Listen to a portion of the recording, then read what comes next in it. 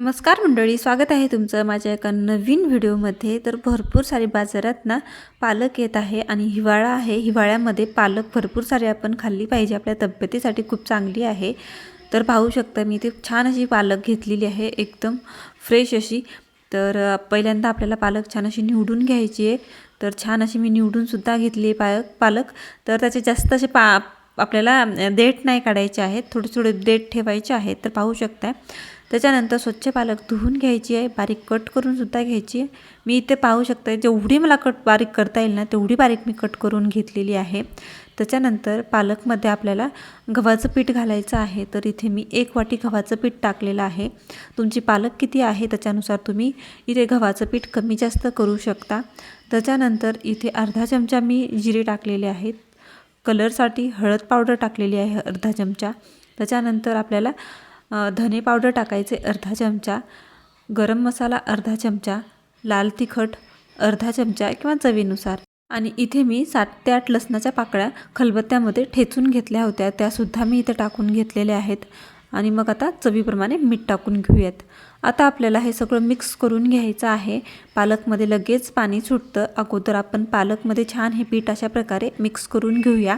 ही झटपट पालक पराठे आहेत। जर तुमच्या मुलांना लवकर पालक पराठे द्यायचे आहेत, पटापट करून, वेळ नाही आहे तुमच्याकडे, तेव्हा तुम्ही ही झटपट पालक पराठ्याची रेसिपी बनवू शकता। अगदी कमी वेळामध्ये झटपट होतात आणि चवीलाही अप्रतिम लागतात।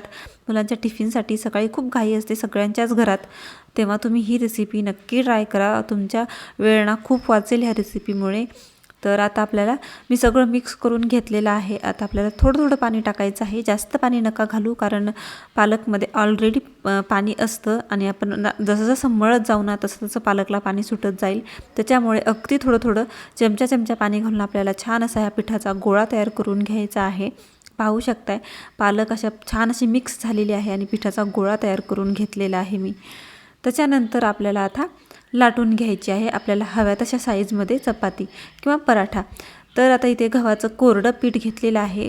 कोरड्या पिठामध्ये आपल्याला तो गोळा पिठाचा बुडवून घ्यायचा आहे। कोटिंग पूर्ण गव्हाचं पिठाला कोरडं पीठ अशा प्रकारे लावून घ्यायचं आहे। त्याच्यानंतर आपल्याला हव्या तशा साईजमध्ये लाटून घ्यायचं आहे।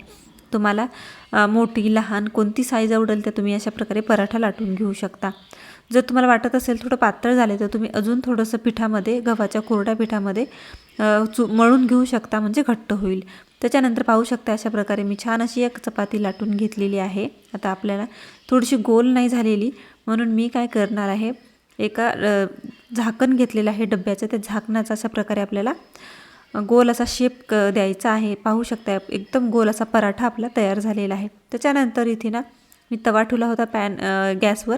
त्याच्यानंतर आपल्याला तूप टाकायचं आहे आणि तूप टाकून आपल्याला टाकायचा आहे पराठा।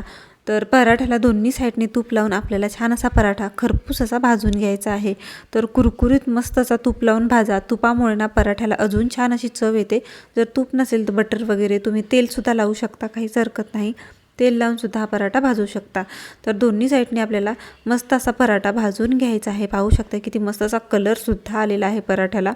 हा पराठा तुम्ही दह्यासोबत खाऊ शकता, केचपसोबत, कोणत्या चटणीसोबत, कशासोबतही खाऊ शकता।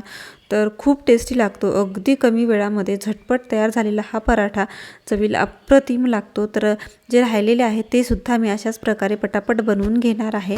तर दुसरासुद्धा मी बनवून घेतलेला आहे, पाहू शकता, हाही मस्त भाजून घेणार आहे। तर सगळे पराठे इथे बनवून मी रेडी केलेले आहेत। पाहू शकता किती मस्त झालेले आहेत, एकदम मऊ आणि चवीला अप्रतिम झाले आहेत। नक्की तुम्ही ट्राय करा। ट्राय केल्यानंतर माझ्या कमेंट बॉक्समध्ये रिव्ह्यू द्यायला विसरू नका। आणि तुम्हाला कोणती रेसिपी बघायला आवडेल, काय ट्राय करायला पाहिजे मी, ते नक्की कमेंटमध्ये सांगा। आणि लाईक, शेअर आणि सबस्क्राईब करा। Bye bye.